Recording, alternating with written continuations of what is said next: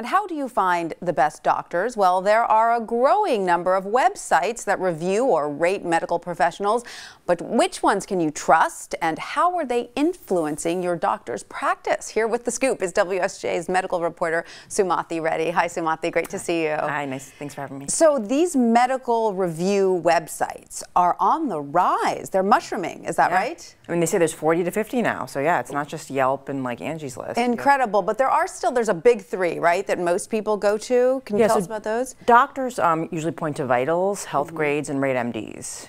And health grades is a little bit different because you don't see the text of the review. They just have patients who give stars for different categories.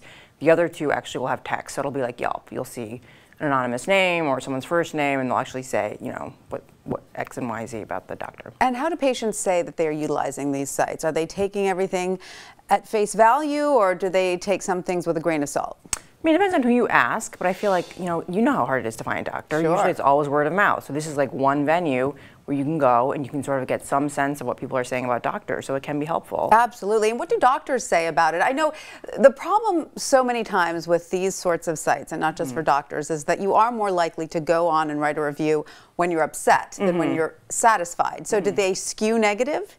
Well, it's interesting because that's what doctors will tell you. They'll say, oh, they have such a negative bias. It's only when you're upset that you go on these sites and you write. But studies have found that 4 out of 5 comments are positive. Interesting. And so is it ethical, or what are the ethical implications of a doctor asking a patient who's happy or satisfied to post a review? Good question. It depends on the discipline. Like psychiatrists, psychologists, they absolutely cannot because of the nature of the relationship. Right. Other doctors will say, you know, we don't feel comfortable doing that, but we might like have a flyer up in our waiting room being like, if you're happy with your service, you know, go to vitals.com or things like that. Sure. Now, not all doctors are happy with these sites because obviously they can't influence the reviews that follow them forever. But some doctors say they've actually made some constructive changes to their practice, right? Yeah, it's interesting. I mean, I think some doctors out there have realized the one doctor I talked to in California said he was losing business. Clients were calling up, canceling appointments because they were upset about reviews they were reading on Yelp. So he decided, you know what, we have to like nip this in the bud, and he embraced it. And now they will actually monitor the review sites every day, send out an email to the whole staff, and contact those patients and say, you know, what can we do to help you? Very interesting. So in general, this is bringing a lot more transparency to the medical field. Yeah. Is this looked at in general as a good thing, something that patients can trust? Well, I think it depends on who you talk to. Because the doctors, well, most of them for the most part are very upset about this. It's coming up at national conventions. They want to know what they can do. Can associations help them?